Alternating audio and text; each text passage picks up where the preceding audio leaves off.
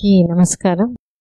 ఏం చూడబోతున్నామంటే భర్త, భార్య ఎట్లా వాళ్ళు అనుకూలంగా అర్థం చేసుకొని ఉండడం, దానికి ఈ ప్రెగ్నెన్సీకి ఏం రిలేషన్. కపుల్ వాక్ ఇది ఏంటంటే ఇద్దరు కలిసి వాకింగ్ పొమ్మని చెప్తామన్నమాట.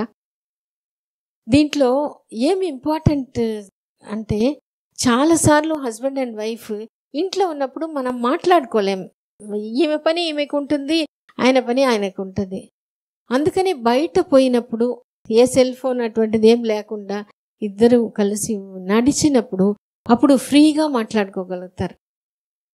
మాట్లాడినప్పుడు ఏమవుతుంది, ఆయన తన గురించి, తర్వాత ఈమె తన గురించి, తన వర్క్ గురించి ఇవి అన్నీ షేర్ చేసుకునేటప్పుడు ఆమెకి ఒక అవగాహన వస్తుంది. ఒక అమ్మాయి చెప్పింది, అంతకుముందు మా ఆయన ఎప్పుడైనా కోపంగా విసుక్కున్నప్పుడు నాకు బాధ అనిపిస్తుంది, నాకు కోపం, నాకు కూడా చిరాకు అనిపిస్తుంది. కానీ ఆ వాకింగ్ పోయిన తర్వాత ఆయన ఆఫీస్లో ఉండే ఆయన విషయాలంతా చెప్పిన తర్వాత ఇప్పుడు ఆయన ఒక్కొక్కసారి విసుక్కున్నా నాకు బాధ లేదు. ఎందుకంటే నాకు తెలుసు, ఓహో అక్కడ ఎవరో ఏదో ఇది చేస్తుంటారు, నాకు ఇప్పుడు ఆ విసుగో ఇదో లేదు అనింది. అంటే సంతోషం అనేది ఇట్లాంటి చిన్న చిన్న విషయంలో వస్తుంది.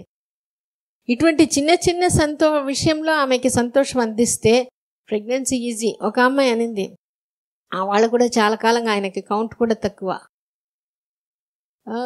ఇది డయట్ ఎక్సర్సైజ్ సరిగా చేయలే. తర్వాత వీళ్ళు సార్ దగ్గర తీసుకొని పోయి చెప్తే సార్ చెప్పారంట, అయ్యా మీరు ఇది చేయాలి అన్నప్పుడు ఆయన అదే పనిగా వర్క్లో నుంచి ఈవినింగ్ ఒక 1 అవర్ ఆఫ్ తీసుకొని వచ్చి ఇద్దరు కలిసి పార్క్లో వాకింగ్ చేసేవాళ్ళంట.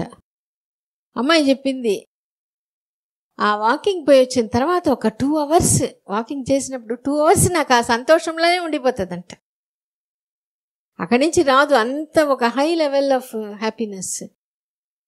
ఈజీగా ఒక 3 monthsలో ప్రెగ్నెన్సీ వచ్చేసింది. తర్వాత ఇంకొక అమ్మాయి చెప్పింది, నాకు ఎనర్జెటిక్గా ఉంటుంది రోజంతా, ఎంత పని, అంతకుముందు పని చేయడం అనేది కొంచెం ఈజీగా అలసిపోయేది. ఇప్పుడు వాకింగ్ అంతా అంటే ఇద్దరు కలిసిపోయి వచ్చిన తర్వాత, వాకింగ్ పోయి వచ్చిన తర్వాత అంత సంతోషం, అంత హ్యాపీగా ఎనర్జెటిక్గా ఉంటుంది అని. అందువల్ల ఇప్పుడు మనం రోజు ఏదో ఒక రిచువల్ పెట్టుకోండి, మీకు ఏది వీలవుతుందో. బయట తీసుకుపోవడం, ఒక్కొక్కసారి ఏమైనా ట్రిప్కి తీసుకుపోవడం, ఫ్రీగా చెప్పేసేవాళ్ళు, నీకు ఏమైనా ప్రాబ్లమో, నీకు కష్టమో ఏదైనా ఉంటే నాతో ఫ్రీగా చెప్పు, ఇది వాళ్ళకి ఉండాలన్నమాట.